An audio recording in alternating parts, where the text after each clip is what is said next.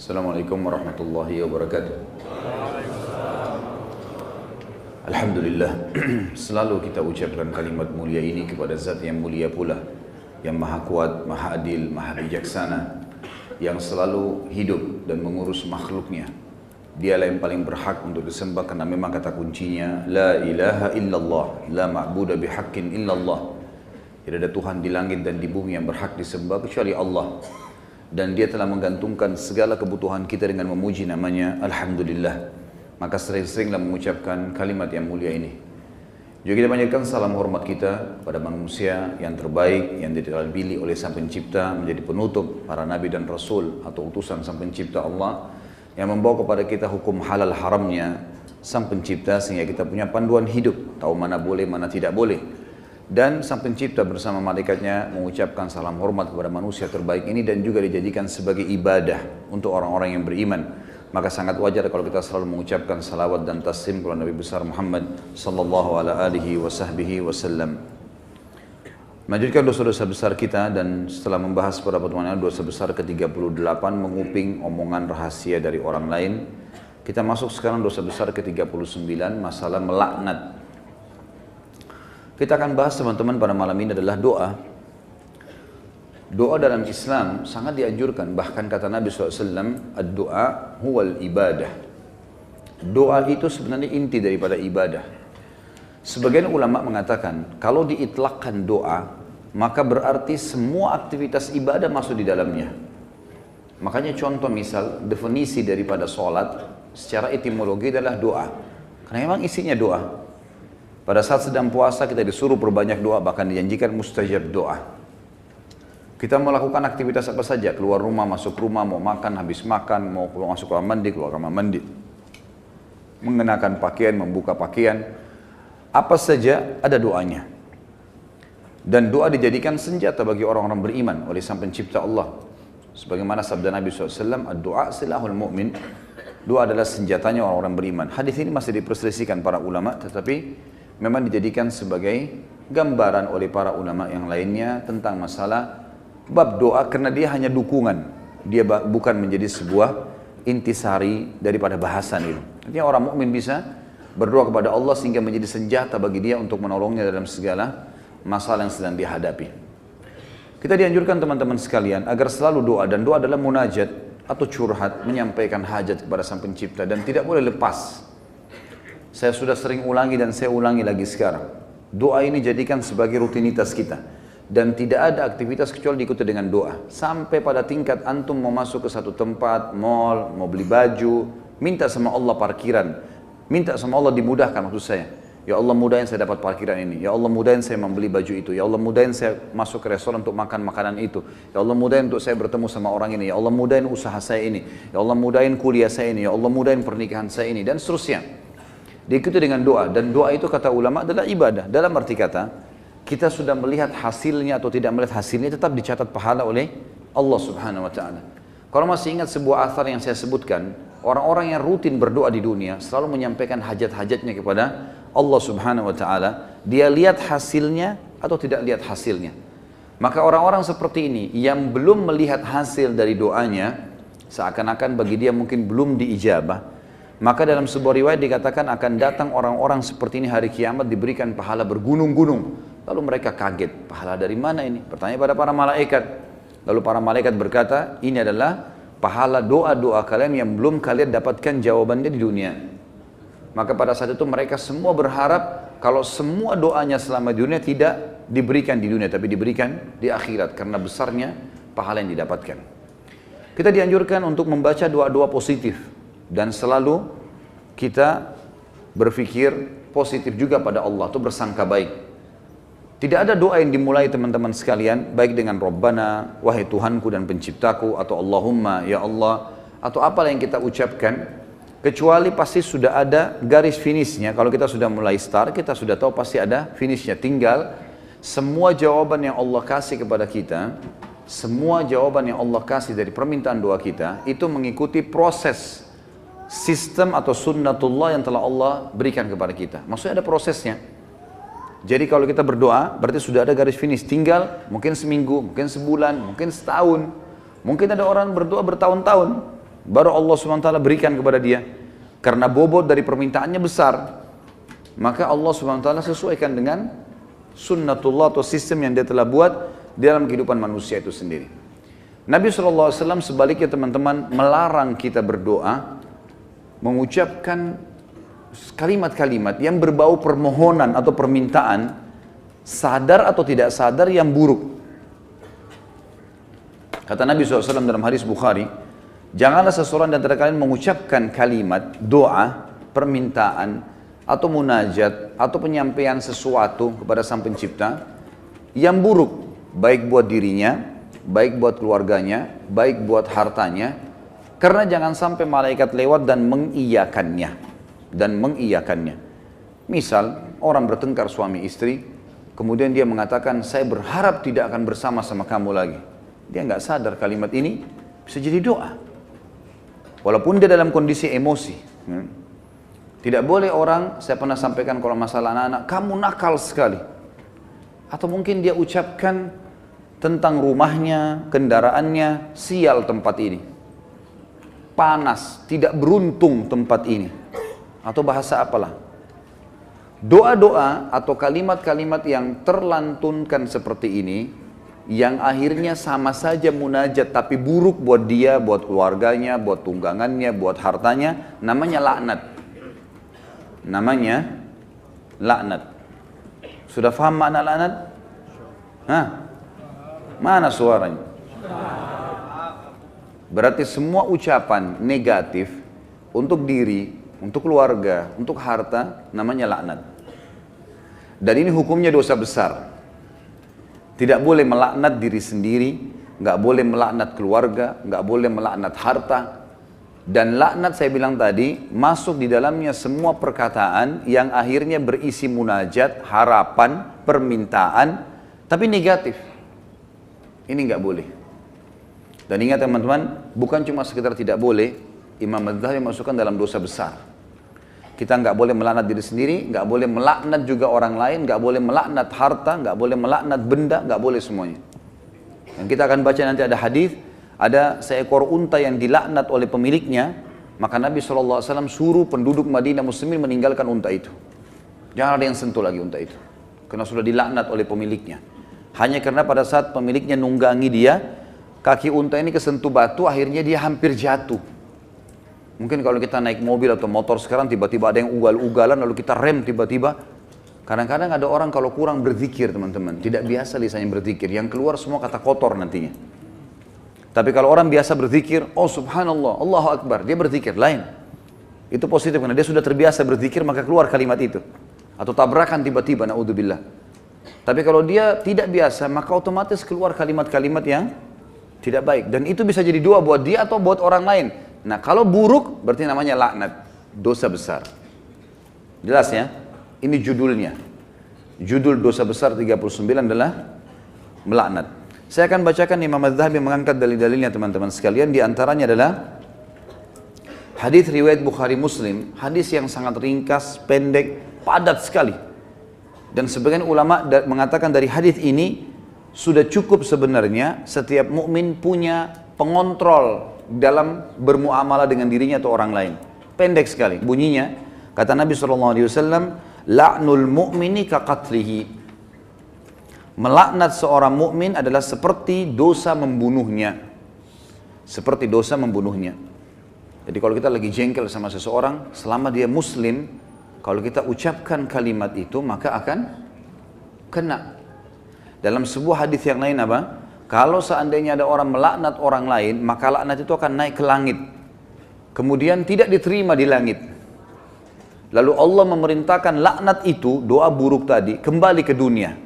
Kalau orang yang disebutkan padanya laknat berhak mendapatkannya, memang dia orang pelaku itu, maka akan kembali padanya.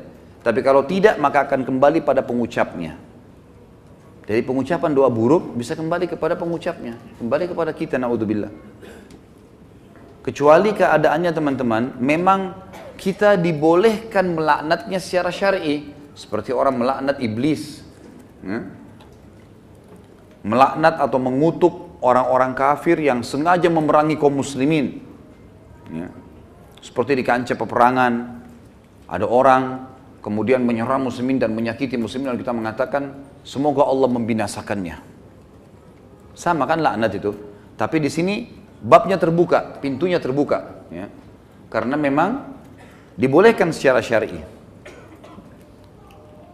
Kalau orang hanya pelaku maksiat teman-teman, tidak boleh dilaknat. Apalagi kalau dasarnya orang ini orang mukmin yang tidak bermaksiat. Seperti pernah ada seorang yang berzina di zaman Nabi SAW lalu dirajam, dilempar batu. Lalu ada seorang sahabat berteriak mengatakan semoga Allah melaknatmu. Kenapa? Karena dia berzina. Dan memang nyata kepergok, lagi dihukum. Berarti orang lagi buat maksiat kan? Sama kalau kita orang lagi mabuk misalnya di pinggir jalan. Tetap nggak boleh dilaknat teman-teman. Lebih baik kita ucapkan apa? Jangan kita bilang semoga Allah binasakanmu. Mudah-mudahan mobilmu tabrakan. Nah, ini nggak boleh kita ucap. Ya Allah berikan hidayah. Karena pengucapan ini laknat tadi. Kalau tidak kembali ke dia dan memang tidak akan kembali ke orang-orang ini. Kecuali tadi yang saya bilang orang yang dikhususkan. Iblis, syaitan, ya, orang-orang kafir yang menyakiti muslimin. Ada memang pintu-pintunya saja. Kalau tidak, cuma orang yang bermaksiat dari kaum muslimin tidak boleh. Apalagi dasarnya bukan orang bermaksiat. Para ulama, para da'i, para orang-orang soleh dan solehah, diolok-olok, dicaci maki. Ini semua masuk dalam masalah bahasan laknat. Melaknat orang mukmin maka lebih berat atau bahkan sama dengan membunuhnya. Kita tahu bunuh dosa besar. Sebagaimana sudah kita bahas juga di dosa besar kita yang kedua. Masalah membunuh adalah dosa besar dan itu sangat berat. Dan membunuh orang mukmin teman-teman sekalian, itu dalam ayat Al-Quran disebutkan termasuk yang diancam kekal di neraka selain kekafiran, kemunafikan, kemusyrikan, juga dalam membunuh mukmin secara sengaja. Ini ada ancaman kekal di api neraka, gitu kan? Dan ini masih khilaf di antara ulama memang, tapi umumnya ulama mengatakan zahir hadis ayatnya begitu. Wa may yaqtul mu'mina muta'ammidan fajazaohu jahannam khalidina fiha.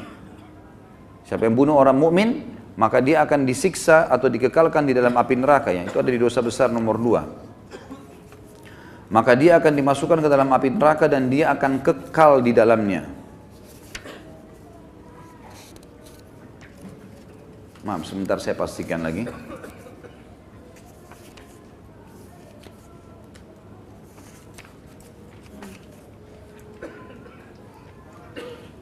Iya. Ayatnya dalam surah An-Nisa ayat 93, A'udzubillahi minasyaitonirrajim, wa may yaqtul mu'mina muta'ammidan fajazaohu jahannamu khalidan fiha wa ghadiballahu 'alaihi wa la'anahu wa 'adda lahu 'adzaban 'azima.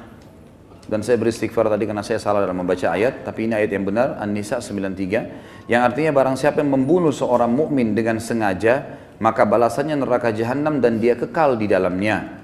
Dan Allah murka kepadanya dan melaknatnya serta menyediakan azab yang besar baginya. Sementara melaknat orang mukmin sama dengan membunuhnya. Hadis yang kedua, tadi hadis Bukhari Muslim, hadis yang kedua riwayat Imam Bukhari dan juga Imam Muslim menyebutkannya. Kata baginda Nabi SAW, sibabul muslimi fusuqun wa qitaluhu kufur. Mencaci maki seorang muslim adalah suatu kefasikan dan membunuhnya adalah suatu kekafiran. Di sini kalimat mencaci maki seorang muslim adalah sebuah kefasikan, maksudnya adalah caci maki masuk dalam laknat. Caci maki masuk dalam laknat. Misal seseorang punya pegawai, lalu dia mengatakan kamu bodoh. Kalimat bodoh ini, walaupun dia lagi salah, bukan itu sama doa buruk kan, laknat. Maka bisa kembali ke dia, bisa kembali ke dia, tapi pengucapnya walaupun orang itu layak mendapatkan kalimat bodoh, kembali ke dia kalimat itu, tapi laknat ini bisa kembali menjadi dosa besar bagi pengucapnya. Dan lebih baik jangan diucapkan. Lebih baik jangan diucapkan. Beda kalau kita menghardik perilaku. Misal gini, ada orang melakukan perbuatan yang ngawur dia melakukan perbuatan yang orang tidak lakukan. Misal mobil lagi sangat kencang, kemudian dia tiba-tiba berjalan di tengah jalan, seperti menunjukkan sebuah atraksi atau kehebatan gitu kan. Lalu kita mengatakan perilakunya orang ini gila. Perilaku, perbuatannya itu berbeda. Yang dimaksud laknat sini adalah masuk kepada individunya. Karena perilakunya memang betul salah, gitu kan? Perilakunya salah. Kalau kamu terus melakukan perbuatan ini, seorang guru bilang sama muridnya, kamu bisa menjadi orang bodoh. Nggak masuk dalam laknat itu. Karena yang sedang dibahas apanya? Perilakunya. Perilaku beda, gitu kan? Kalau kamu terus saja seperti ini, telat datang di kantor, tidak mengerjakan pekerjaan, kamu tidak akan berprestasi. Kata-kata tidak berprestasi, buruk atau tidak? Buruk. Masuk semua dalam globalnya makna laknat, tapi tidak masuk di sini karena dia sedang menilai perbuatan memang yang sedang salah. Beda, gitu kan? Seseorang membersihkan rumah atau masjid masih kotor. Ini kenapa dibiarkan kotor? Kalau begini nanti orang akan menilai kamu buruk. Menilai perbuatanmu buruk. Bukan laknat itu. Jelas ya? Jadi yang kita maksud di sini adalah individunya. Mencaci maki di sini masuk di dalamnya adalah kefasikan dan membunuhnya adalah sebuah kekafiran. Kemudian dalam hadis Muslim dari Rasulullah SAW bahwasanya beliau bersabda di dalam hadis yang diriwayatkan Imam Muslim juga la yakunu la'anu syufa'a wala syuhada yaumal qiyamah. Orang-orang yang gemar melaknat lidahnya suka mengucapkan kata-kata buruk. Termasuk sih teman-teman ya, saya sering dengar orang bercanda sama temannya, ucapkan nama binatang, ya. Panggil nama binatang, panggil kata-kata buruk, ya. Kadang-kadang kalau ditanya apa itu, oh itu artinya ini, oh itu arti buruk semua. Walaupun dia cuma bercanda sama temannya. Di sini dikatakan orang yang suka melaknat, lisannya suka diucapkan kata-kata negatif begini untuk dirinya, untuk orang lain, untuk kendaraan, untuk tunggangan, harta dan seterusnya, tidak akan bisa memberi syafaat. Dan syafaat adalah pertolongan. Saya pernah tekankan teman-teman, syafaat itu akan didapatkan bagi kalau manusia biasa kayak kita, kalau timbangan amal kita sudah lolos. Kalau kita sudah ditimbang amal baik, amal buruk, lalu amal baik kita lebih banyak, maka kita akan bisa memberikan syafaat orang lain. Sebagian ulama mengatakan sesuai dengan kadar lebihnya pahalanya dia. Misal pahalanya 10.000, dosanya 100, maka lebihnya, selisihnya dia bisa membantu orang sejumlah itu, tapi bukan diambil pahala dia, cuman kadarnya saja. Ini ulama ambil daripada hadis Nabi SAW yang berbunyi, sesungguhnya akan ada dari umatku yang bisa memberikan syafaat sejumlah suku Mudar. Suku Mudar adalah suku Arab yang sangat banyak jumlahnya, gitu kan? Ada orang kena banyak sekali amal solehnya, dosanya sedikit, dia lolos, kemudian dia bisa memberikan pertolongan sampai satu suku, gitu kan? Lalu lanjutan hadis kata Nabi SAW, dan ada juga di antara umatku yang akan saking besarnya dosa yang dia lakukan, yang akan membesar di neraka sampai dia sendiri menjadi salah satu sudut neraka itu. Tapi saksi bahasan kita potongan pertamanya. Orang yang suka melaknat teman-teman tidak boleh memberi syafaat. Sebagian ulama mengatakan syafaat di sini masuk dunia dan akhirat. Artinya kalau ada orang mau merekomendasikan orang lain, tidak layak dia bisa memberikan rekomendasi kalau dia sendiri suka melaknat. Suka menghardik, suka mencaci maki, suka menyalahkan, ya, mendoakan yang buruk. Dan juga dia tidak akan menjadi saksi untuk umat-umat yang lain yang disampaikan risalah pada mereka pada hari kiamat. Karena nanti kita akan menjadi saksi hari kiamat. Nanti dalam sebuah hadis dikatakan Nuh alaihissalam didatangkan oleh Allah di mahsyar bersama dengan kaumnya. Lalu Allah tanya, hai Nuh, kau sudah sampaikan belum apa yang saya perintahkan? Kata Nuh, sudah ya Allah. Tanya kaumnya, apakah Nuh sudah dakwakan kalian? Enggak pernah Nuh datang kepada kami. Lalu kata Allah SWT kepada Nuh, siapa saksimu Nuh? Dia bilang Muhammad dan ke umatnya. Dipanggillah Nabi Muhammad SAW dengan kita semua memberikan syafaat. Ya, kita memberikan kesaksian, bahwasanya betul Nabi Nuh sudah menyampaikan dan kami terima dalam Al-Quran dari surah Nuh engkau turunkan ya Allah. Jumlahnya sekian ayat, lalu ayat-ayatnya ditilawakan sehingga kaum Nuh tidak bisa membantah. Karena apa yang mereka lakukan Allah sudah sampaikan dalam Al-Quran. Nah, orang yang suka melaknat tidak bisa ikut-ikutan memberikan kesaksian. Tentu ini sebuah kebanggaan pada hari kiamat ya. Karena kita bisa jelas, oh ini umat Muhammad, umat yang terbaik. Karena kita umat terbaik. Sebagaimana sabda Nabi SAW dalam sebuah hadis yang sahih yang lain. Tidak ada satupun umat sebelum kalian kecuali berharap menjadi kalian. Gitu kan? Karena besarnya fadilah kita sebagai umat Nabi Muhammad SAW.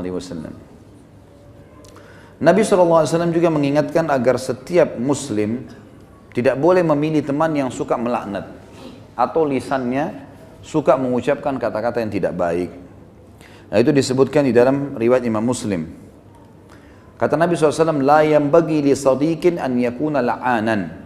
Tidaklah patut bagi seorang teman menjadi seorang tukang laknat atau suka melaknat. Kita sudah tahu kalau kita ketemu kemudian dia suka mencaci maki atau ucapkan kalimat buruk buat dirinya kah, buat orang lain kah, gitu kan? Itu semua buruk. Ya, ini buruk teman-teman sekalian. Sama dengan yang saya lihat orang sering sebut di Jakarta lata, sembarangan ucap-ucapan. Dan ini saya, Allahu a'lam, saya pribadi melihat, mungkin saya salah ya, tapi saya melihat ini mungkin karena dibiasakan saja. Dianggap bahan bercandaan awalnya, lama-lama jadi kebiasaan dia. Lama-lama, karena ini kalau kita tanyakan di teman-teman medis mungkin tidak ada penyebabnya ini. Bukan orang yang gila. Jadi dia cuma karena menganggap lucu, dia anggap juga orang-orang anggap dia jadi lucu, jadi ngucapin kata-kata yang tidak baik. Ini juga masuk. Kalimat-kalimat buruknya bisa jadi laknat karena orang yang tidak dihitung, tidak dihisab oleh Allah, hanya anak kecil sebelum balik, orang gila sampai sadar, gitu kan? Dan juga orang tidur sampai dia bangun. Selain daripada ini akan dihisab oleh Allah Subhanahu wa taala.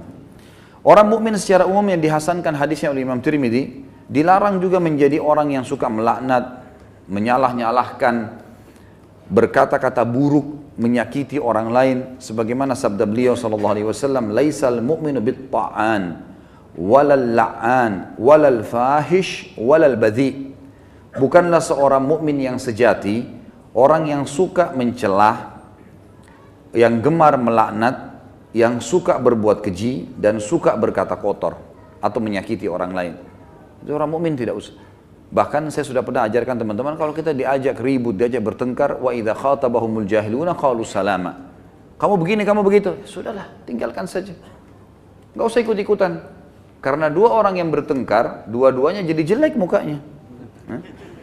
Kenapa antum mau ikut-ikutan jadi jelek seperti dia? Karena kita manusia, ada emosi. Kalau lagi bertengkar dengan orang, enggak usah baca WA-nya, enggak usah baca SMS-nya. Enggak usah dilihat. Baca Al-Quran, berzikir kepada Allah, doain supaya dapat hidayah.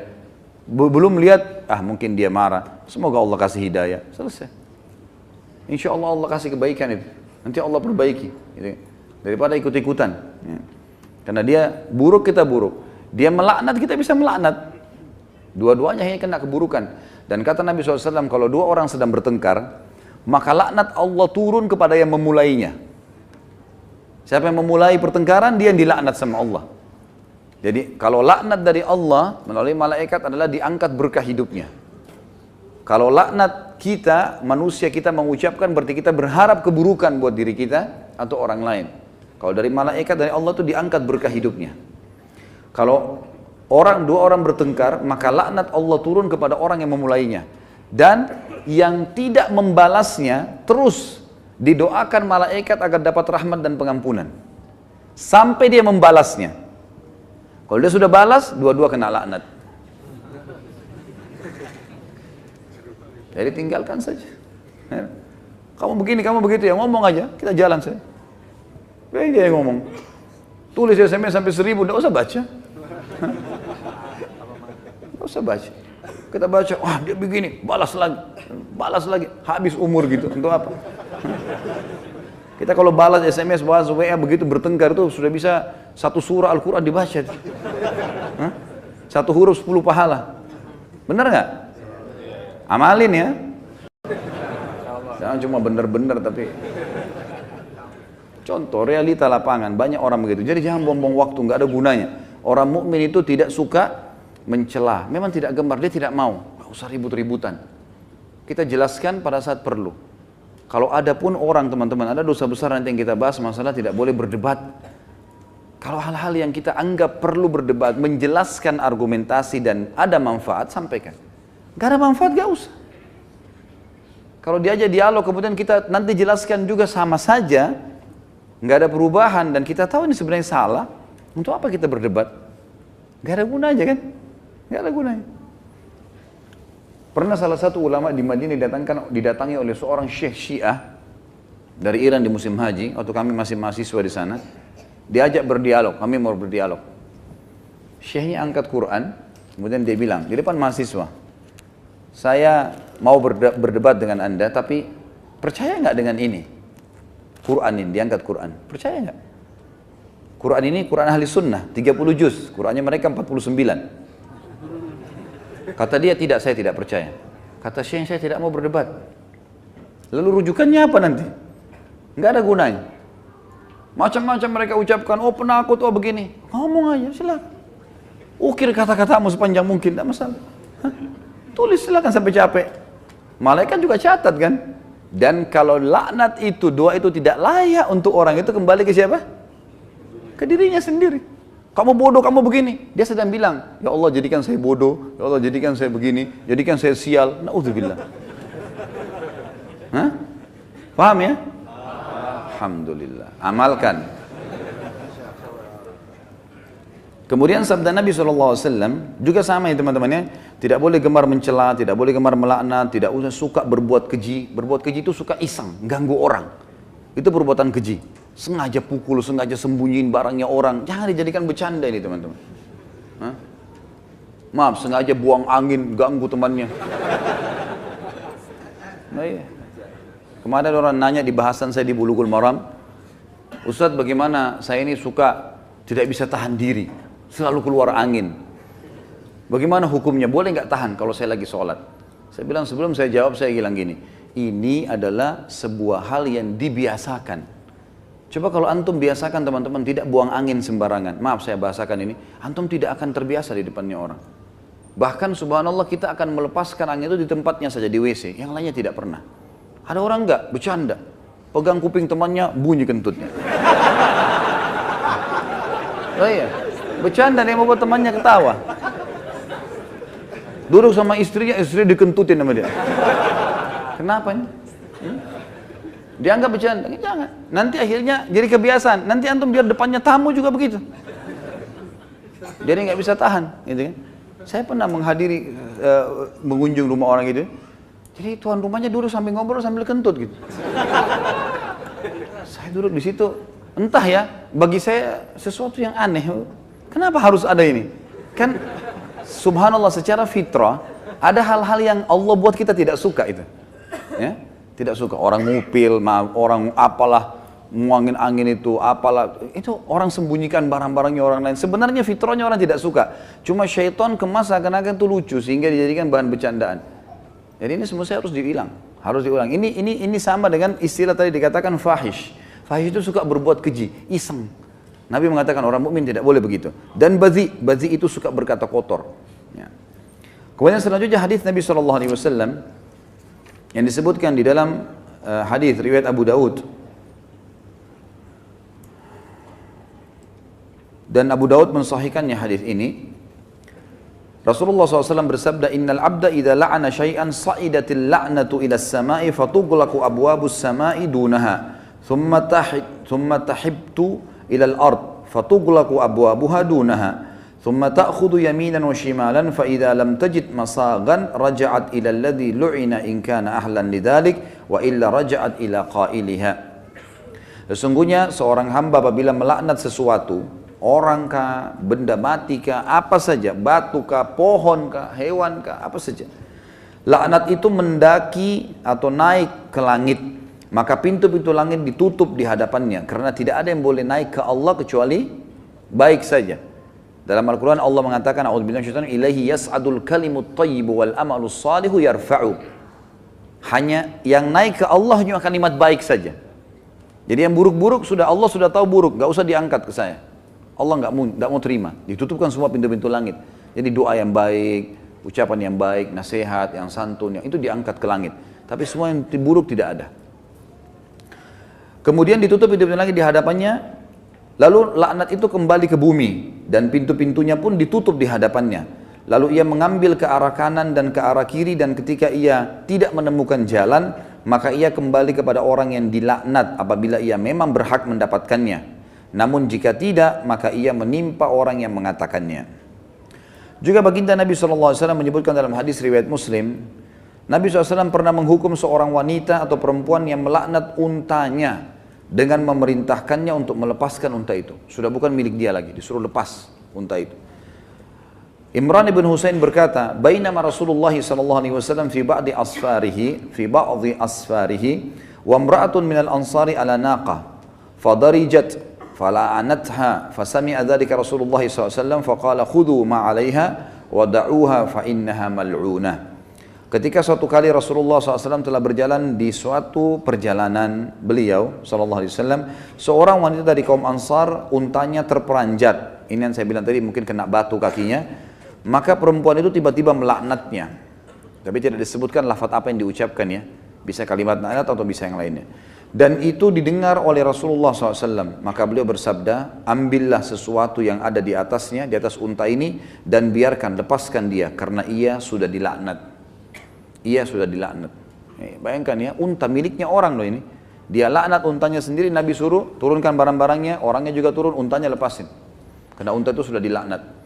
Artinya ada doa buruk padanya. Ada doa buruk padanya. Hati-hati teman-teman, ini banyak orang ucapin kata-kata yang tidak sadar. Saya tidak mau punya anak lagi dari kamu. Bahaya tuh. Akhirnya dia berharap istrinya hamil, nggak bisa hamil-hamil. Dia lupa kalau dia pernah ucapin laknat itu. Ada solusi teman-teman. Kalau sudah terlanjur pernah diucapkan kalimat-kalimat buruk laknat begini, minta sama Allah petunjuk. Ya Allah, kalau pernah hambamu ini mengucapkan kalimat laknat, doa buruk untuk diri hamba, untuk istri hamba, untuk suami hamba, untuk anak-anak hamba, untuk harta hamba, ingatkan ya Allah dan ampunilah. Setiap kali kita terlintas, kayaknya saya pernah ucapin kalimat sial deh di mobil. Ya Allah, aku beristighfar dengan kalimat itu. Atau usaha ini, kayaknya usaha ini nggak maju-maju deh, misal. Ya Allah, saya beristighfar dengan kalimat itu. Kata ulama, kita boleh beristighfar secara global, semua dosa dimaafkan. Atau kalau pas terlintas dosa tertentu, kita fokus minta sama Allah itu. Karena bisa saja Allah memang ingatkan. Mungkin dosa itu bobotnya agak berat, maka butuh istighfar lebih banyak. Maka kita bersihkan dengan cara khusus. Ya, seperti kalau ada noda di mobil atau di pakaian, kita fokus bersihkan dia. Sampai dia bersih. Maka itu insya Allah jauh lebih cepat. Ini solusi kalau orang sudah terlanjur mengucapkan. Dan sampai sekarang teman-teman bisa, saya dan anda sekalian, kita semua ini teman-teman sekalian memohon kepada Allah Azza wa Jalla, Allah yang Maha Tinggi Maha Pemurah, untuk mengingatkan kita semua apa yang pernah kita ucapkan. Lalu kalau teringat istighfar, istighfar sampai kita merasa diri kita sudah menyampaikan. Karena ada juga bahasan dalam hadis Nabi SAW. Misal contoh, siapa yang berbuat baik pada kalian maka balaslah yang setimpal. Kalau kalian tidak punya, maka doakanlah orang itu sampai kalian merasa dalam hati nurani sudah membalasnya. Berarti sebagian ulama berijtihad mengambil dari hadis ini, orang kalau mau bersyukur kepada Allah, dia ucapkan jangan cuma satu kali alhamdulillah, dia terus alhamdulillah, alhamdulillah, alhamdulillah sampai dia terasa memang ada kepuasan hati, atau mendoakan orang lain, atau beristighfar dari dosa-dosanya. Nggak cukup dengan satu kali astagfirullah wa atubu ilaih. Mungkin dosa kita butuh 1000 kali istighfar, kita nggak tahu, gitu kan? Maka harusnya kita terus sampai merasa hati ini tenang, gitu kan? Agar kendala-kendala atau hambatan-hambatan ini diangkat oleh Sang Pencipta Allah Subhanahu wa taala.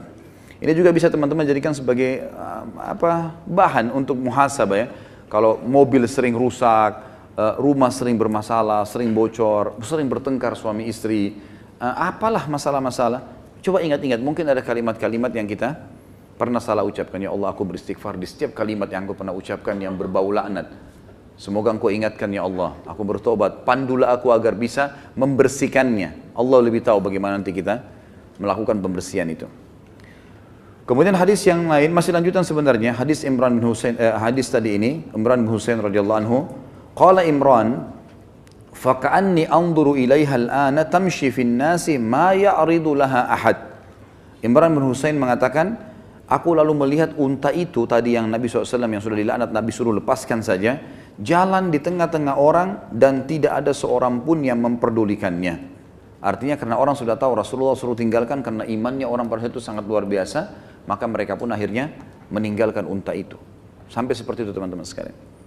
Ini banyak sekali orang ya, maaf saya sering dengar ya, saya pernah orang kalau sedikit bocor ban mobilnya sial. Selalu kalimat sial ini biasa sekali diucapkan, sial, sial. Ya, laknat itu loh, kalimat buruk gitu kan. Hanya betul-betul mobilnya jadi sial. Ya, tidak beruntung lah, apalah kalimat-kalimat yang sudah saya berikan contoh-contoh tadi. Kemudian hadis terakhir dalam bab kita ini adalah hadis yang diriwayatkan Abu Daud dalam Kitabul Adab dan Imam Ahmad juga sebutkan dalam musnadnya. Sebenarnya hadis ini menjelaskan kepada kita bahwasanya riba itu dosa besar. Tapi riba yang paling berat, artinya makna hadis ini di atas dosa riba ada, yaitu sengaja mencampuri, maksudnya di sini mendoakan buruk, mempermalukan, menghina saudara muslim. Kata Nabi SAW, dari Abu Hurairah bahwasanya Nabi SAW bersabda, Inna arbar riba istitalatul mar'i fi irdi akhihi muslim. Sesungguhnya riba yang paling kejam adalah celaan seseorang terhadap kehormatan saudaranya yang muslim. Terhadap saudaranya yang muslim. Baik teman-teman, mungkin ada di antara kita yang berkata, Ustaz dari tadi dalil-dalil ini berhubungan dengan masalah melaknat orang muslim. Apakah boleh kalau begitu seseorang muslim melaknat orang kafir? Ini butuh rincian. Kalau yang kita laknat perilaku kekufurannya, ya, Allah melaknat kekafiran, misal, maka itu perilaku. Tadi saya bilang tidak masuk dalam laknat. Tapi kalau individu butuh rincian. Kalau memang dia orang yang layak kena laknat, tadi saya bilang musuh di medan perang sengaja mengganggu muslimin, atau ada orang yang memang jahat mengatur strategi-strategi yang buruk bagi kaum muslimin, maka ini boleh dilaknat secara individu. Karena terbuka pintunya tadi. Tapi kalau orang non-muslim tidak ada hubungannya, baik tetangga kita atau kerabat kita, dia cuma bekerja, teman kantor, hidup sesama kita di negara, nggak buat masalah apa-apa. Dia jalan dengan lakum dinukum waliyadin, dia jalan dengan prinsipnya sendiri, maka ini teman-teman sekalian tidak boleh dilaknat. Berlaku hukum tidak boleh dilaknat, sebagaimana tidak boleh dirampok, tidak boleh didolimi, tidak boleh digibah. Ya, tidak boleh dicaci maki, nggak bisa sama sekali. Ada sebuah hadis yang berbunyi, hadis riwayat Bukhari Muslim, pada hari kiamat nanti kata Allah Subhanahu wa taala, tidak layak penghuni surga masuk ke dalam surga sementara masih ada hak ahli neraka padanya. Ahli neraka berarti ada orang kafir di situ. Kalau misal seseorang sudah mau masuk surga, pahalanya 10.000. Ternyata timbangan dosanya lebih sedikit. Tapi ada ternyata hak orang-orang kafir pun yang pernah, misal dia ghibah atau ada pegawai non muslim lalu kena non muslim gak usah kasih gaji, misal. Tetap kata Allah tidak boleh dia masuk ke dalam surga sebelum haknya ini diambil. Dia tidak dikasih pahala orang kalau orang kafir, tapi kadar pahalanya si muslim ini dikurangi. Misal bobotnya 700 ya, dikurangi 700. Dan itu mengurangi derajat dia di surga. Jadi kalau orang kafir yang tidak ada masalah, jangan ada hubungannya teman-teman sekalian. Kembali kepada hadis Nabi SAW, khairun nasi anfa'um linnas. Orang muslim yang paling baik, orang muslim yang paling bermanfaat bagi manusia secara umum. Allahu a'lam. Jelas ya? Baik. Subhanakallahumma bihamdika asyhadu an la ilaha illallah astaghfirullah wa atubu ilaik. Wassalamualaikum warahmatullahi wabarakatuh. Assalamualaikum warahmatullahi wabarakatuh. Alhamdulillah wassalatu wassalamu ala Rasulillah. Ini sudah disortir belum pertanyaannya nih? Yakin ya? Baik. Jangan ada yang lolos pertanyaan. Nanti lagi belajar laknat, tanya poligami. Jika memanggil teman dengan sukunya seperti Jawa atau Ambon, termasuk melaknat. Innamal a'malu binniyat. Kalau misalnya teman kita dari Ambon atau dari Jawa atau dari Sulawesi, Bugis, kita mengatakan teman saya ini suku Ambon, teman saya ini dari sana. Niatnya memperkenalkan ke orang, tak masalah. Tapi kalau hai Ambon, hai Jawa, hai Bugis, kelihatan orang menghina ya, boleh. Harus dihilangkan teman-teman sekalian. Tradisi-tradisi seperti ini harus dihilangkan. Kalau dia masuk ke laknat bahaya sekali ini, karena masuk dalam dosa besar. Harus tobat nasuha. Jadi sebaiknya dihindari. Dan ini kembali kepada niat seseorang. Saya mencintai Ustaz karena Allah Ta'ala. Ahabbakallah alladhi ahbabtani fi. Berkaitan dengan laknat, bagaimana kalau ada orang lain yang bicara kepada kita, dasar Wahabi, gimana sikap kita? Saya kan sudah bilang tadi. Wa idza khatabahumul jahiluna qalu salam. Kalau diajak ngomong bertengkar sama orang yang dianggap tidak faham, salam, ngomong aja silakan. Ukir kata-katamu sebanyak mungkin. Silakan ngomong. Biarin dia capek ngomong sendiri. Orang kalau tidak dihiraukan capek sendiri nanti. Tak usah dipedulikan. Jadi lebih baik terima transfer pahala. Gratis. Jadi nggak usah dihiraukan. Allahu a'lam ya. Saya ingin bertanya, apakah rumah yang terletak di sudut gang atau yang biasa disebut dengan tusuk sate termasuk rumah yang dilaknat? Karena banyak fakta yang beredar di Indonesia bahwa rumah tusuk sate akan membawa kemudaratan bagi penghuninya, seperti bangkrut, tidak harmonis, rumah tangga sering bertengkar, Karena menurut kepercayaan di Indonesia, rumah tusuk sate itu sebagai tempat berkumpulnya jin-jin jahat. Apakah itu benar, Ustaz? Kenapakah rumah tusuk sate seperti ini pernah ada di zaman Nabi dan sahabat? Ini tidak ada hubungannya sama Islam ini. Ada hubungannya sama Islam ini. Makanya belajar hukum agama. Mau tusuk sate, mau tusuk apa? Rumah dibangun dengan uang halal, mau di ujung gang, mau di samping, mau bentuknya kotak, nggak ada masalah dalam Islam. Sama sekali. Makanya feng shui ini buang di lautan, enggak. Kalau masuk ke pintu harus kayunya, nggak boleh ada pintu, nanti ini akan celaka atau segala macam. Semua khurafat, nggak ada. Ada beberapa hal yang diingatkan dalam Islam seperti tidak boleh menghadap ke kiblat kalau lagi di kamar kecil, WC. Ada hadis Nabi SAW. Oke, itulah. Tapi kalau rumahnya nggak ada hubungannya sama sekali. Apalagi dianggap rumah itu kalau rezekinya halal, dibawa uang, pakai uang halal. Mungkin memang bentuknya ngantong tanahnya itu, gitu kan. Kemudian dikatakan tempat jin berkumpul. Nah, walaupun dia di jalan raya, rumahnya besar, mewah harganya, tapi tidak pernah dibaca Quran atau mabuk-mabukan, ya tempat jin jahat berkumpul. Dalam gang orang baca surah Al-Baqarah, zikir, ibadah kepada Allah, tempatnya malaikat, kan gitu. Jadi ini tidak benar semuanya, tidak benar. Ini adalah tatayur dalam Islam, menggantungkan sesuatu pada benda-benda yang tidak ada hubungannya sama sekali dalam panduan syariat. Jadi ini tidak benar, sama sekali tidak benar. Apalagi kalau mau ditanya apakah ini ada di zaman Nabi sama sahabat, mustahil, tidak mungkin sama sekali. Bagaimana cara membaca doa yang apa ini?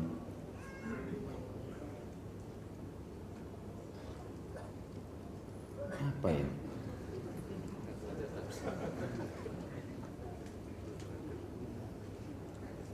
Baiklah. Bagaimana cara membaca doa yang diambil dari kutipan-kutipan Al-Quran seperti di buku kumpulan doa? Apakah harus membaca basmalah setiap ganti doa? Apakah hanya cukup setiap membaca basmalah? Kalau kita membaca doa yang kutipannya dari Al-Quran, biasanya kan dia di awal atau pertengahan ayat atau di awal ayat gitu ya. Maka itu kalau kita niatnya baca doa, bukan baca Al-Quran, tidak butuh basmalah. Dia sudah bagian dari doa. Tapi kalau kita niatnya membaca dia adalah bagian dari Al-Quran, baca basmalah, nggak ada masalah. Walaupun sebenarnya teman-teman sekalian, secara global setiap kegiatan kita, mau berdoa, mau berzikir, mau aktivitas apa saja, mengucapkan nama Allah itu mulia ya. Mulai dengan bismillah. Karena memang kata Nabi SAW, kullu amrin la yubda fi bismillah fahuwa aqta. Semua perkara yang tidak dimulai dengan menyebut nama Allah maka terputus dari rahmat. Maka jelas sekali di sini teman-teman sekalian boleh kita mulai dengan basmalah. Tapi kalau secara khusus kita bahas pertanyaan ini, kalau dia anggap itu adalah bagian dari Al-Quran, dia sebaiknya membaca basmalah. Kalau tidak, globalnya doa, maka di awal doa dia mulai dengan tahmid atau basmalah dengan salawat pada Nabi SAW. Kemudian dia mulailah baca. Apakah doa itu tadi kutipan Al-Quran di pertengahan ataupun di awal, sama saja. Tapi basmalahnya karena dia membuka doanya. Kalau dia niat Quran, dia baca karena Al-Qurannya. Apakah melaknat seperti Israel yang memerangi warga Palestina, kasus orang yang menghina Al-Quran, seperti kasus Al-Ma'idah 51, adalah ini termasuk melaknat secara syar'i? Iya, jelas. Ini sudah kita rincikan tadi kan? Apa mau tunggu saya bilang yang membaca, yang mengatakan Al-Ma'idah 51 berarti dilaknat? Tidak usah ditunggu itu. Dan tidak butuh penjelasan itu. Karena kan tadi saya bilang ya, kalau orang kafir jelas memerangi muslimin, layak dapat kalimat itu. Layak, perilakunya dan orangnya. Yahudi menjajah, tak usah ditanya masalah itu. Semoga Allah turunkan kekalahan buat mereka, semoga Allah hukum. Semua itu kalimat-kalimat kan doanya kan untuk menghancurkan dunia itu kan terbuka di situ karena memang ada pintu. Sama dengan orang melaknat iblis, ya. Karena Allah melaknatnya memang. Wa inna 'alaika la'nati ila yaumiddin, kata Allah kepada iblis, dan kau akan dapat laknatku sampai hari kiamat. Kata ulama tafsir, setiap saat orang mukmin bisa mengatakan terlaknat, ya, setan-setan dan iblis itu. Jadi itu insya Allah masuk di dalamnya syar'i. Bagaimana jika melaknat tidak disebutkan tapi di dalam hati saja? Allahu a'lam. Maksudnya apakah itu laknatnya sah atau tidak? Tetap innamal a'malu binniyat ya. Innamal binniyat. Jadi Allah lebih tahu niatnya. Apakah kita boleh melaknat seorang yang murtad? Bagaimana sikap kita seharusnya? Apakah boleh mendoakan agar mendapatkan hidayah kembali? Kalau melaknat orang yang melakukan pemurtadan terhadap agama ini sama pencorengan agama sebenarnya, jadi nggak ada masalah. Ya, perilakunya misalnya, individunya pun sebagian ulama mengatakan karena orang yang murtad itu memang dalam agama Islam, sebagaimana sabda Nabi SAW, "Man baddala dinahu faqtuluh." Siapa yang sengaja meninggalkan agamanya, maka hukumnya dibunuh. Dan di sini pemerintah tentunya, bukan individu yang melakukannya.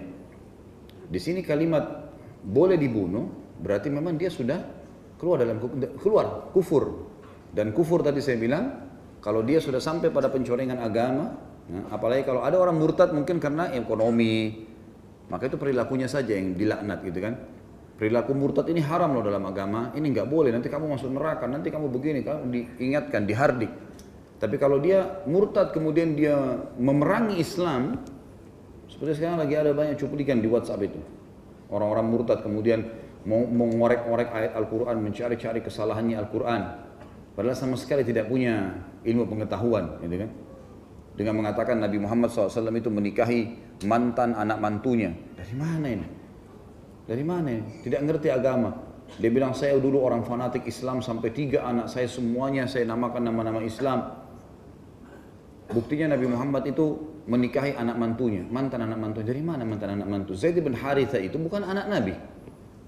Seorang hamba sahaya yang Nabi SAW bebaskan. Tapi karena Nabi SAW sayang sama dia, dianggap seperti anak angkat. Bukan anaknya. Jadi istrinya pun bukan mahram bagi Nabi SAW, Zainab binti Jahash.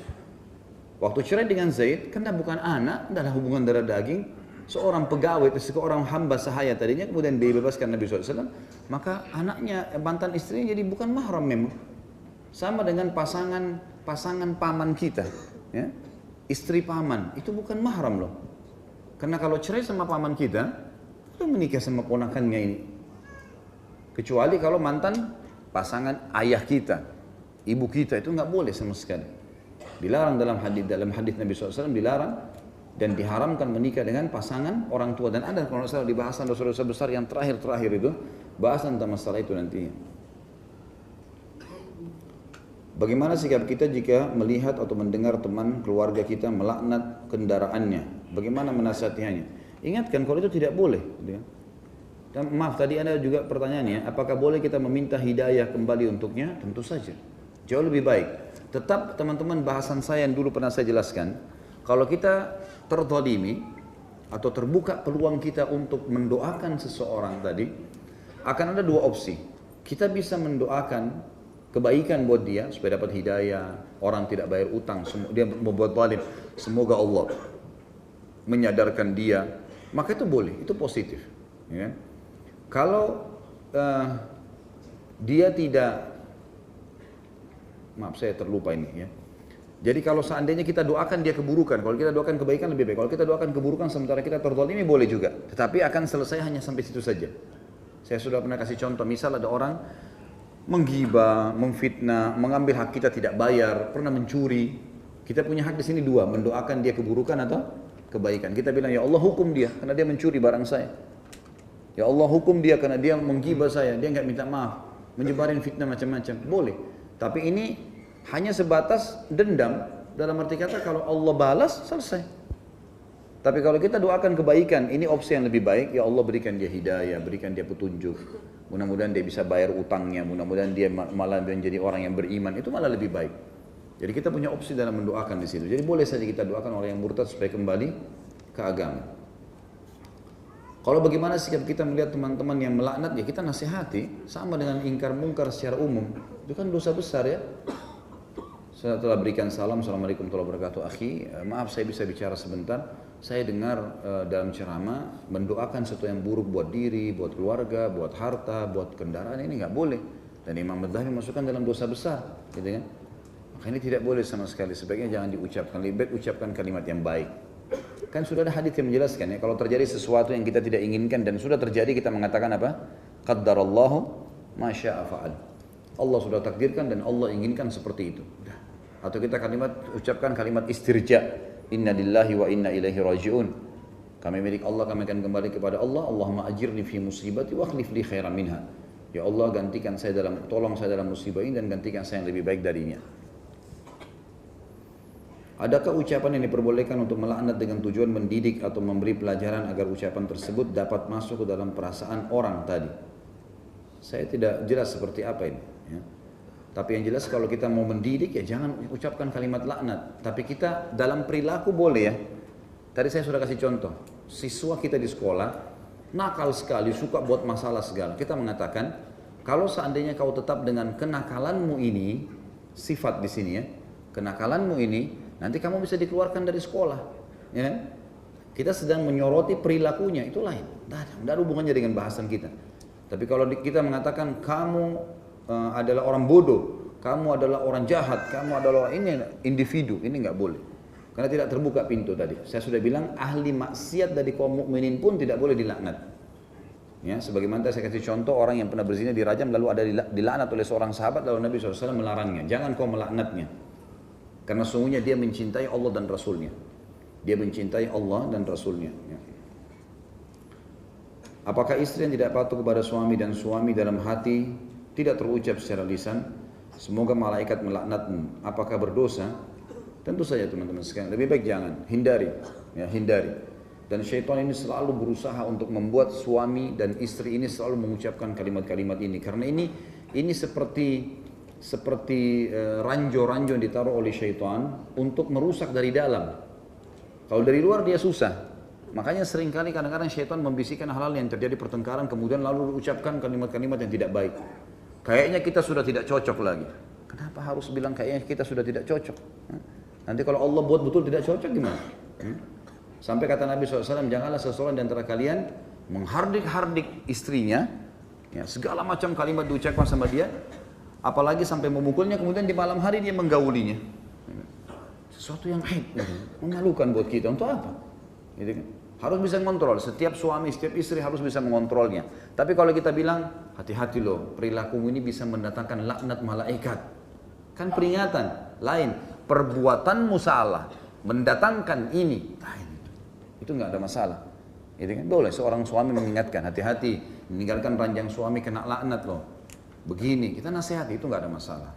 Tapi kalau semoga Allah melaknatmu, ini lebih baik jangan, dijauhi ya, karena berbahaya. Berbahaya. Kalau pernah kita lakukan teman-teman, saya sudah bilang tadi, perbanyak istighfar kepada Allah SWT, semoga Allah angkat itu sehingga hilang ya hilang, tidak jadi penghalang lagi antara kita dengan pasangan kita atau dengan anak-anak. Apakah diperbolehkan melaknat tetapi saya mengakhiri dengan mengucapkan kecuali ia tidak berhak mendapatkan laknat itu? Sama saja membolehkan ini. Lebih baik jangan. Untuk apa gitu? Tidak usah lah gitu. Tidak usah ya, karena gini, misal ada orang yang kita anggap ragu, orang ini layak atau tidak, tapi saya sudah tadi kasih kaidahnya. Kalau orang mukmin tidak buat dosa, mustahil, dosa besar kalau kita laknat. Kalau orang mukmin berbuat dosa, juga tidak boleh dilaknat. Yang boleh hanya orang kafir tadi, syaitan, berarti sudah ada kerangkanya ya, mana yang boleh, mana yang tidak boleh. Jadi kalau antum mengucapkan, ya Allah saya melaknatnya kecuali kalau dia tidak layak. Ini perlu, berarti kita keluar dari kerangka tadi itu, karena sudah ada kerangka. Orang mukmin tidak bisa dilaknat. Jadi kalau kita sedang mengharapkan orang mukmin, tidak bisa kita laknat dia. Kita bisa berdoa agar dimintakan berikan pahala kepada kita, diberikan apa? Balasan, diberikan hukuman yang setimpal dengan perbuatannya ya Allah. Itu adalah hal-hal yang boleh-boleh saja. Bagaimana jika kita berdoa memohon diwafatkan di depan Ka'bah? Saya tidak pernah dapatkan ada riwayat berhubungan dengan masalah itu ya. Tapi mungkin orang bisa mengatakan, ya Allah wafatkanlah aku dalam keadaan Islam ya. Karena ada memang dalam doa tawaffani muslimi wa tawaffani musliman, itu kan ada dalam ayat Al-Qur'an itu ya. Itu tidak ada masalah. Kalau kita meminta lebih bagus global, ya Allah wafatkan aku dalam husnul khatimah. Nanti Allah mau di depan Ka'bah kah, mau di atas ranjang kah, mau di mana, kita nggak tahu gitu kan. Yang jelas itu insya Allah lebih baik kita minta secara global. Karena ya Allah matikan saya depan Ka'bah. Saya pribadi ya, sebatas ilmu saya tidak pernah temukan ada lafaz para sahabat, para tabi'in minta ini. Tapi minta mati di medan perang, ya, berjihad, ada. Minta ditutup dengan husnul khatimah, ada. Gitu ya. Itu ada. Minta nanti kalau mati, setelah mati bersama Rasulullah SAW di surga, ada. Itu semuanya boleh saja. Bagaimana hukumnya kita berkata, ya namanya mobil tua, jadi sering mogok. Ya datangnya dulu ke gubuk saya, datanglah dulu ke gubuk saya, padahal rumahnya mewah atau lumayan. Seperti rendah diri, apakah termasuk melaknat? Masuk melaknat. Lebih baik jangan. Gitu. Datang aja ke rumah saya ya, udah selesai. Untuk apa datang ke gubuk saya ya? Baru mau dianggap itu merendah? Kira-kira niatnya merendah atau enggak tuh? Kalau saya lihat bukan merendah. Karena dia mau buat nanti temannya pada saat datang kaget. Kamu bilang gubuk ternyata. Benar nggak? Nah, iya. Nggak usah. Silakan datang ke rumah. Yang gini loh, yang terang-terang saja, yang pasti-pasti aja. Main ke rumah ya. Sunnah Rasulullah ziarah ke rumah saudara Muslim. Selesai. Nggak usah bilang gubuk saya. Atau ada juga orang gubuk datang ke rumah mewah saya dibalik. Untuk apa nih rekayasa kata-kata begini? Orang mukmin itu jelas teman-teman, apa yang dilihat itulah dia. Perkataan yang diucapkan ya itulah. Sudah selesai, itu begitu. Orang mukmin tidak ada yang tersembunyi. Semuanya jelas bagi dia. Halal halal, haram haram. Jujur ya kan? Tidak ada kata-kata buruk buat dia, tidak ada kedustaan, tidak ada ini semuanya. Orang mukmin begitu, transparan semua jelas. Kapan kita menggunakan kata laknatullah? Tadi kita sudah jelaskan ini. Mana ustaz-ustaz ini? Kapan kita ucapkan kalimat laknat? Sama siapa bolehnya? Orang kafir yang menyakiti muslimin, jangan salah. Bukan semua orang kafir. Atau orang yang dasarnya murtad tadi, kemudian memang memerangi kaum muslimin, syaitan dan kelompoknya iblis, itu berarti bisa kita ucapkan kan? Laknat Allah kepada iblis, laknat Allah kepada syaitan. Dan apakah kata-kata laknat itu bisa menyebabkan penyakit seperti penyakit ain? Bisa segala macam datang dengan kalimat laknat. Karena laknat tadi judul global dari semua perkataan buruk atau permintaan buruk. Bisa mendatangkan apa saja. Dan gitu. Semoga Allah hancurkan. Kalau tidak layak, kembali ke pengucapnya kan. Semoga Allah membinasakan. Semoga Allah begini kan. Kembali ke dia semua. Kalau orang itu tidak layak. Kalaupun layak, misalnya kalau dia layak, misal memang dia dasar berbuat satu perbuatan dan memang Allah memang menghukumnya dengan itu, tapi ini adalah orang mukmin karena perbuatan dosanya tadi Allah memang dasarnya hukum dengan perilaku itu perbuatannya dia, tetap yang mengucapkan dapat laknat, dosa laknat, dosa besar karena dia melaknat. Nah saya sudah bilang tadi, celahnya untuk orang beriman tidak ada. Termasuk usatul mukminin, orang mukmin yang berdosa tidak boleh dilaknat. Bagaimana jika orang yang berkata buruk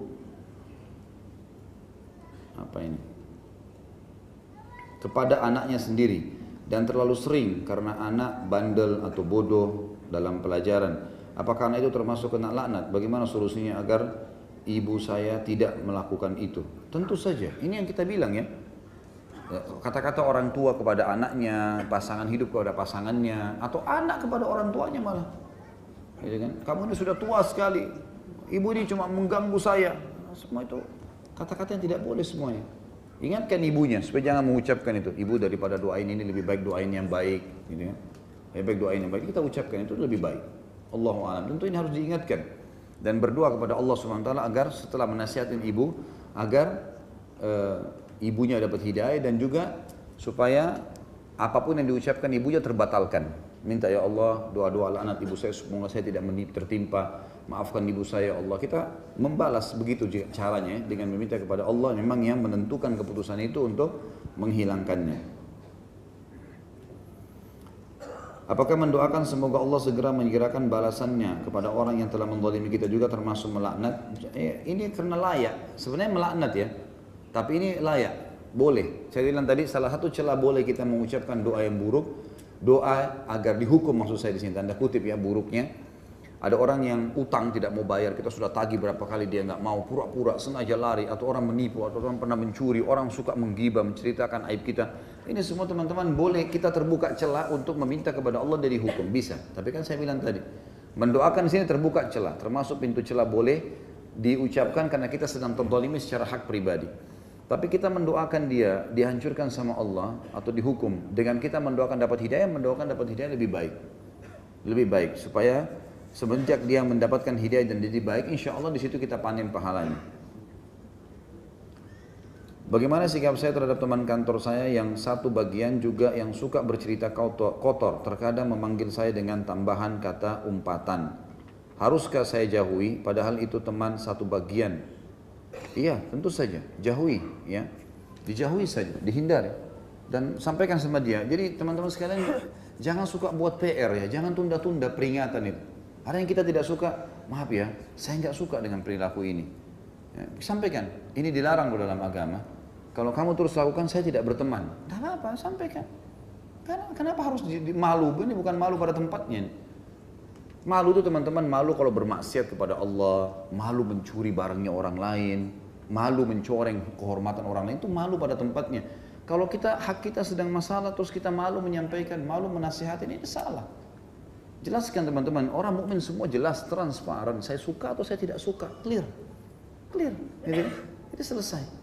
Saya kalau sampai saya nggak suka ini, langsung to the point. Dia sudah tahu apa yang saya tidak suka, saya sudah bicarakan. Jadi tidak jadi PR, nggak usah saya tunggu 3 hari saya harus bilang apa ya, enggak. Maaf ya, ini saya nggak suka dan ini dalam agama tidak boleh. Harusnya seperti ini. Selesai, nggak jadi PR. Tidur enak, tenang. Insya Allah Allah juga kasih hidayah, dia bisa berubah. Sama teman kantor atau siapa saja, teman-teman yang ajak kita ke tempat yang haram, maaf ya saya sudah ikut pengajian, setahu saya itu haram loh, nggak boleh. Selesai, clear pada saat itu kan. Udah kamu alim ya nggak apa-apa lah, apa saja yang kamu mau bilang, yang penting saya sudah tahu ini nggak boleh. Saya nggak mau, maaf ya, jadi saya nggak usah diajak lagi. Selesai kan? Jadi tidak jadi PR, harusnya seperti itu. Apakah muslim dilarang melaknat muslim yang mendukung kaum kafir jadi pemimpin terkait Al-Maidah 51-57? Bagaimana cara kita mengingatkan mereka agar kembali ke jalan selain itu? Bagaimana sikap kita terhadap pemimpin kafir yang suka melaknat siapapun yang bertentangan dengan dia, khususnya muslim juga? Bagaimana dengan pelawak yang melaknat diri sendiri agar terlihat lucu? Tidak usah disebut namanya ya. Tentu saja ini yang kita bahas dari tadi. Orang kafir yang mencaci maki muslimin, ini terbuka pintu, nggak usah ditanya fatwanya. Kan tadi saya bilang gitu ya. Udah boleh, ini memang kita melaknat orang seperti ini terbuka pintunya. Karena memang dia sudah berbahaya, baik perilakunya atau individunya, gitu kan. Itu jelas. Kalau orang muslim yang membela orang kafir, Allah mengatakan dalam Al-Maidah itu sendiri. Ya. Allah SWT mengatakan, A'udzubillahi minasyaitonirrajim, 51-nya, ya ayyuhalladzina amanu la tattakhidul yahuda wan nasara awliya ba'duhum awliya'u ba'd. Hai orang beriman, jangan kalian jadikan Yahudi dan Nasrani disebutkan sebagai pemimpin kalian. Wa may yatawallahum minkum fa innahu minhum, kata Allah.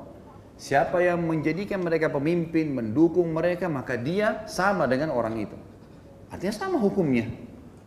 Dia bela-bela ya, dia juga kena laknatnya, gitu kan? Dia juga kena apa yang kena kepada orang yang melakukan perbuatan salah itu. Siapa yang melindungi kesalahan, dia berarti berbuat salah. Otomatis kan itu. Siapa yang mendukung kebenaran, berarti dia berbuat kebenaran. Jelas sekali kok, tidak ada sesuatu yang diragukan dalam masalah itu. Kalau masalah pelawak-pelawak, ya semoga Allah kasih hidayah. Untuk apa membuat orang tertawa lalu melaknat diri sendiri, mendoakan keburukan. Nah, ini keburukan teman-teman sekalian, Allahu a'lam. Jadi dalam Islam, saya bahasakan ini dan ini disebutkan dalam banyak riwayat, kalau Nabi SAW pernah tertawa, sahabat pernah tertawa, tapi tertawa pada sesuatu yang bukan direkayasa. Emang ketawa sesuatu memang harus hanya lucu, orang ketawa.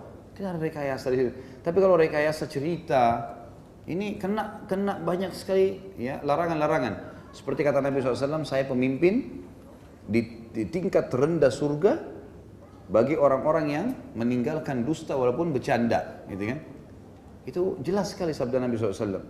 Dan saya pemimpin di teratas surga bagi orang yang berakhlak yang mulia. Tapi intinya salah satunya adalah tadi orang yang meninggalkan dusta walaupun bercanda. Ini tidak boleh memang, semestinya harus dihindarin. Bagaimana harus dilakukan untuk memaafkan ayah yang sering kali mengata-ngatai saya bodoh, malas, lamban, suka menyalahkan saya. Saya pintar, IQ 120. Di sekolah pintar, tapi tidak juara. Doakan kebaikan. Ini mungkin karena ayah Anda bukan orang yang faham agama kan gitu. Orang yang faham agama, jadi harusnya memang didoakan, diingatkan. Ayah, ini adalah perbuatan, kalau ayah ucapin kalimat itu nanti jadi doa buat saya. Kenapa ayah nggak doain saya kebaikan, gitu kan? Supaya saya menjadi tokoh masyarakat, saya menjadi yang soleh, saya menjadi anak yang bisa berbakti. Kalau dia tidak mau ya sudah, kita doakan supaya dapat hidayah saja. Memang ada satu hal yang teman-teman sekalian yang kalau saya biasa berbicara dengan teman-teman yang sudah berumah tangga dan punya anak sudah menjadi status orang tua, saya bahasakan begini, ada satu hal yang harus kita perbaikin, yang sering tertanam secara tidak disadari dalam jiwa setiap orang tua.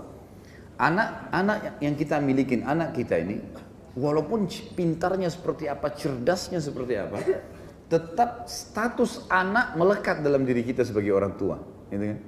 Jadi tetap saja kita anggap biar dia mau S1 kah, S2 kah, mau S10 kah, anak, kamu anak, tetap saja. Sebagian orang tua begitu prinsipnya, sehingga tidak boleh dinasihatin oleh anaknya. Karena ini sangat tidak bijaksana ya. Saya bersyukur kepada Allah SWT, ayah saya luar biasa gitu dalam mendidik. Saya dari kecil saya menyadari dan saya merasakan sendiri, dari saya masih SMA, seringkali kalau ayah saya itu ngajak duduk saya diskusi, kalau ada pendapat saya yang baik, diambil sama beliau. Sampai sekarang, kadang-kadang telepon-teleponan, saya sering ditanya, padahal beliau jauh lebih tua dari saya. Gitu kan? Jauh lebih bijaksana, dituakan sekali di keluarga, didengar oleh masyarakat di Makassar. Tapi saya melihat beliau sangat menghormati anaknya, sehingga saya pun punya percaya diri untuk memberikan pendapat-pendapat. Nah ini, saya melihat ini hal positif. Mesti kita sebagai orang tua jangan mengikat anak itu di status anak terus, sehingga kita anggap anak yang tidak boleh atau tidak akan bisa memberikan masukan orang tuanya. Ini pemahaman yang salah. Orang tua yang susah juga orang tua yang menghormati dan menghargai kalau pendapat anaknya positif, apalagi nasihat-nasihat agama. Jadi coba diberikan masukan ke ayahnya sambil didoakan. Mudah-mudahan saja beliau mau dengar gitu kan. Selebihnya innamal a'malu binniyat, Allah lebih tahu insyaallah. Setiap kali dia berdoa tidak baik, kita mengatakan ya Allah, semoga saja ini tidak terjadi padaku. Kita berdoa kepada Allah SWT agar tertepis doa-doa tidak baik itu. Bagaimana melaknat seorang yang homoseks, sedangkan homoseks ada perbuatan yang dilaknat? Tentu saja ini tadi belum saya sebutkan, jazakallah khair pertanyaan ini. Jadi memang perbuatan yang Allah laknat boleh dilaknat, perbuatannya. Orang yang melakukannya, kalau memang dilaknat maka boleh dilaknat, karena memang dilaknat ya. Pelaku homoseksual itu ada disebutkan di dalam hadis kalau misalnya Allah melaknat kaum Lut, ya. Karena mereka melakukan perbuatan-perbuatan atau Allah melaknat orang yang melakukan perbuatan kaum Lut. Artinya perbuatan mereka dilaknat, mereka juga dilaknat dan pelakunya juga dilaknat. Kalau ada lafaz seperti ini berarti terbuka pintunya, terbuka pintunya. Kalau perilaku, semua perilaku buruk boleh, ya perilakunya ya. Kalau individunya butuh dalil yang menjelaskan bahwasanya memang boleh dia dilaknat. Yang jelas sudah pernah kita jelaskan masalah homoseksual ya teman-teman sekalian, ini manusia-manusia yang berpenyakitan, nggak boleh dipelihara di masyarakat. Harus ini diperbaikin, diobatin. Pemerintah harus menyiapkan buat mereka tempat khusus untuk terapi, nggak boleh dibiarkan. Jangan malah diorbit, dijadikan sebagai pelawak, dijadikan sebagai tokoh masyarakat, dibiarkan demo, dijadikan bahan olok-olokan. Ini semua nggak boleh. Ini nggak boleh. Nabi SAW pernah melihat orang seperti ini, banci ini di Madinah. Waktu itu Nabi SAW cuma dengar suaranya mendekati suara perempuan. Dan dia bercerita kepada seorang sahabat, nanti kalau Nabi membuka kota Taif, saya akan tunjukkan kamu perempuan yang gemuk, badannya seperti ini. Karena dia pernah melihat perempuan itu. Dia suka sama sahabat laki-laki itu untuk mengambil hatinya. Maka Nabi SAW mengatakan apa? Keluarkan orangnya dari Madinah, nggak boleh masuk sampai dia sembuh. Ini penyakit ini, nggak bisa. Harus dihilangkan ini. Terkadang jika di jalan sering ada pengendara yang ugal-ugalan, saya suka mengatakan itu orang pintar sekali. Atau saat di kelas ada anak yang mendapat nilai buruk, lalu saya mengatakan, kamu pintar ya? Dengan niatan memberi motivasi, apakah hal itu dibolehkan? Motivasi dari mana? Gimana caranya orang bodoh yang bilang kamu pintar sekali? Akhirnya dianggap perbuatannya nggak salah. Keliru ini.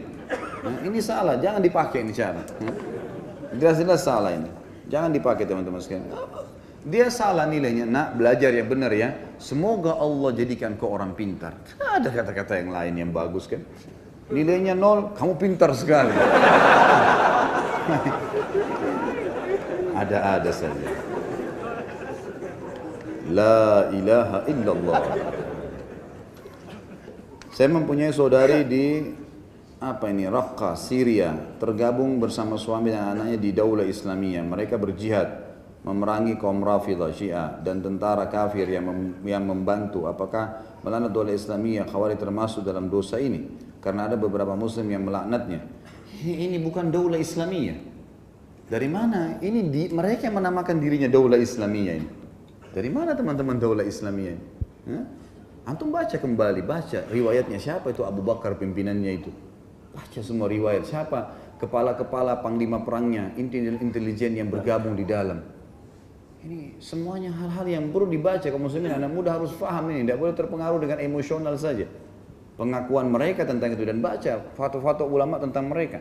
Tidak ada satupun di antara ulama yang mu'tabarah, yang bisa dikeluarkan, yang mengatakan mereka itu boleh, gitu kan?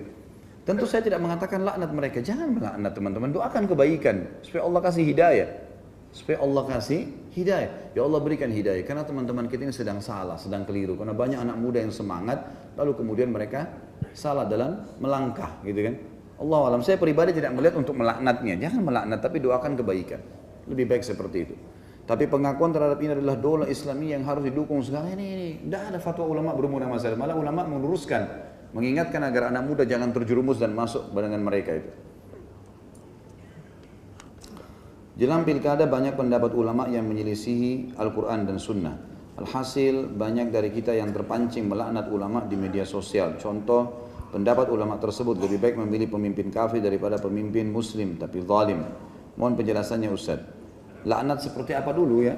Kalau antum laknat perbuatannya, tetap boleh di sini ya. Misal ada seorang yang mengaku sebagai seorang muslim, lalu dia mengatakan kayak kalimat tadi, kalimat ini kalimat yang fasik ini, kalimat buruk ya. Pemimpin non muslim lebih baik daripada yang adil, yang baik, yang pintar lebih baik daripada muslim yang bobrok. Pastilah iya benar, gitu kan? Kalau misalnya ada orang kafir baik akhlaknya dengan muslim yang buruk akhlaknya, kalau secara global dinilai ini memang lebih baik. Tapi bicara masalah kepemimpinan bukan berarti terbuka pintu pimpin bagi orang kafir itu. Karena jelas Al-Quran melarang secara mutlak, tidak ada celahnya. Di wilayah muslim, pemimpin non muslim, tidak ada celahnya. Mau cari dari mana celahnya ini? Haram hukumnya memilih pemimpin muslim di non muslim di wilayah muslim. Haram teman-teman sekalian. Allah bilang mereka yang memilihnya sama dengan orang-orang itu. Kan gitu. Berarti sama, dianggap perbuatannya salah, perbuatan kekufuran itu. Nggak boleh itu, gitu kan? Dan pada saat tabligh akbar kemarin kan saya sudah jelaskan, kalau antum baca Al-Maidah jangan cuma 51. Baca 51 sampai 59, kemudian lanjutkan untuk menjelaskan tentang kafiran orang-orang ini. Kita bisa baca juga ayat 70, 72 sampai 75, gitu kan? Kembali ke situ teman-teman, baca, kita akan dapat jawabannya. Ya, kita akan dapat jawabannya, Allahu a'lam. Dan ini yang dikatakan ulama-ulama Islam, ulama dari mana ini? Saya tidak sama sekali saya tidak tahu bagaimana bisa dapat predikat ulama yang mengatakan pemimpin muslim boleh. Dari sisi mana ini? Alimnya dari mana? Itu saya sudah cukup dinilai kalau dia bukan seorang alim, bahkan tidak layak dikatakan dai. Gimana caranya dia mengatakan boleh pemimpin non muslim? Kalau berada di wilayah non muslim, di Amerika, di Australia, dipilih pemimpin non muslim yang menjadi pemimpin itu lain. Itu pun ulama mengatakan tidak layak seorang muslim ikut-ikutan mendukung. Gak usah dukung. Udah dia jadi ya sudah. Sesuai dengan hukum Allah kita patuhi, yang tidak kita tolak. Kan begitu saja. Gak usah ikut-ikutan teman-teman sekalian.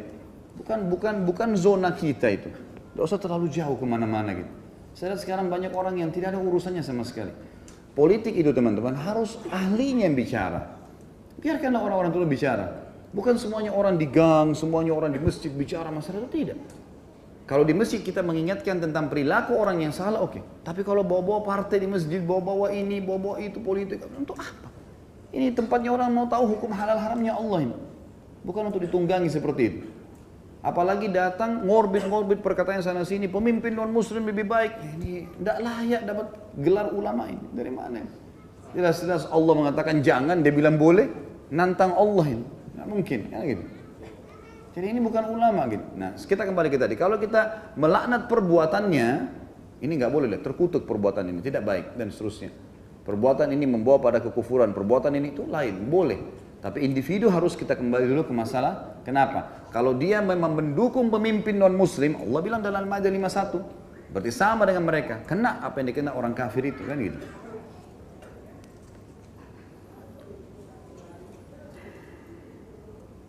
Ini apa? Tidak sesuai dengan tema. Kenapa dikasih ke sini? ceritakan sedikit. Ustaz ceritakan sedikit dong tentang perjalanannya kemarin ke 3 masjid besar. Bagaimana kesan-kesannya? Banyak kesannya. Banyak kesannya. Mau jawabannya? Ikut. Berangkat. Untuk apa saya ceritain? Jelas sholat di Masjid Haram nikmatnya luar biasa. Ibadahnya nyaman, pahalanya besar, uang yang dikeluarkan sedekah, bertemu dengan saudara-saudara muslim. Itu aja antum jabarin sudah 24 jam kita bisa ngomong masalah itu. Ke Madinah juga sama, ke Aqsa lagi lebih luar biasa. Ya, lihat-lihat wajahnya Yahudi, nah ini ahli neraka. Saya di Masjid Aqsa isi pengajian subuh, jemaah saya kumpulin semua, isi kultum sampai ceramah sampai isyuruk gitu kan. Lalu saya bilang, Bapak Ibu sekalian, kita sekarang berada di wilayah konfliknya muslimin dengan orang kafir. Ini namanya dikenal dengan negeri jihad. Kita sedang masuk ke dalamnya nih, berarti kita kena hukum ribat. Tahu ribat ya? Ribat itu mengikat diri di perbatasan antara muslim sama kafir. Itu kata Nabi SAW dalam hadis riwayat Imam Muslim, ribatu yawman fi sabilillah khairu minad dunya wa ma fiha. Ribat itu mengikat diri satu hari saja di perbatasan atau di wilayah yang sedang konflik muslim sama kafir. Itu satu hari lebih baik daripada dunia dan seluruh isinya. Pahalanya besar. Lalu saya bilang sama jemaah saya, selain kita niat datangi Masjid Aqsa, niatkan ribat. Sekalian. Karena orang Palestina semua itu lagi ribat. Setiap saat mereka bisa diserang oleh penjajah, kan gitu. Kan itu sebuah fadilah bisa kita dapatkan. Dan itu pengalaman yang luar biasa. Alhamdulillah saya berangkat beberapa kali itu, saya temukan tidak ada jemaah yang pulang mengatakan, oh Ustaz, agak enak misalnya. Oh luar biasa Ustaz, kapan berangkat lagi ya? Insya Allah saya akan programkan. Ada yang mau buka travel, ada yang mau ini. Banyak pengalaman luar biasa. Susah kita gambarkan ya. Bertemu dengan saudara-saudara muslim Palestina, ada yang ceritakan pengalamannya. Imamnya Masya Allah datang temuin kita. Sampai saya rekam sendiri, saya minta imamnya, salah satu imamnya Syekh Yusuf, saya ngomong sama beliau. Syekh tolong motivasi teman-teman di Indonesia. Nanti insya Allah saya akan kasih teman-teman tim di upload di YouTube. Mungkin sekitar kultum di depan Masjid Qubatus Sakhra, saya habis sholat subuh sama beliau, lalu saya bilang, Syekh coba bicara, saya terjemahkan. Motivasi mereka, mulai bermotivasi, datanglah ke sini, tidak ada masalah, di sini tidak ada apa-apa, silahkan datang, pahala besar. Ini adalah masjid bukan orang Arab punya, tapi orang muslimin, dan dia nasihatin banyak hal. Alhamdulillah pengalaman, susah untuk digambarkan teman-teman sekalian. Makanya jawaban sederhananya berangkat saja, gitu kan? Insya Allah akan dapat pengalaman yang banyak. Allahu a'lam. Semoga apa yang kita bahas malam ini bermanfaat buat kita semua. Dan juga semoga semua dosa yang pernah kita lakukan diganti dengan kemahamurahnya sampai kita menjadi pahala. Dan semoga semua amal yang pernah kita kerjakan diterima olehnya. Baik yang sudah kita kerjakan ataupun yang belum kita kerjakan di masa depan nanti. Dan semoga semua kalimat laknat, doa-doa yang tidak baik yang pernah kita ucapkan, Allah Subhanahu wa taala mengangkatnya malam ini, terutama yang hadir dalam majlis kita ini, semuanya diangkat oleh Allah Subhanahu wa taala dan akhirnya tidak menjadi penghalang dalam semua kebaikan yang akan kita dapatkan. Dan semoga Allah mendengarkan doa ini. Dan kita mendoakan saudara kita di Palestina, di Syria, di Yaman, di Irak, di Myanmar, di Ahsa, dimanapun mereka berada sedang tertindas, semoga Allah ikhlaskan niat mereka, terima para syuhada mereka, muliakan Islam di tangan mereka dan tangan kita semua, dan semoga Allah partisipasikan kita bersama mereka di pahala baik dengan doa dan hatta juga dengan jiwa kita. Dan semoga Allah mengaruniakan kota Jakarta dan juga seluruh Indonesia pemimpin yang saleh, yang mukmin, yang memang mewarisi tradisi dan kebiasaan Abu Bakar, Umar, Uthman, Ali radhiyallahu anhum ajma'in, menerapkan Islam. Semoga Indonesia menjadi contoh bagi negara-negara Islam yang lain. Dan semoga ini adalah awal kebangkitan kaum muslimin dan penyatuan mereka dalam satu saf sehingga agama Allah termenangkan. Dan ya Allah gabungkanlah kami semua di surga firdausmu tanpa hisab, sebagaimana Engkau satukan kami di majlis ilmu yang mulia ini. Kalau benar dari Allah, kalau salah dari saya mohon dimaafkan. Subhanakallahumma wa bihamdika asyhadu an la ilaha illallah astaghfirullah wa atubu ilaik. Wassalamualaikum warahmatullahi wabarakatuh.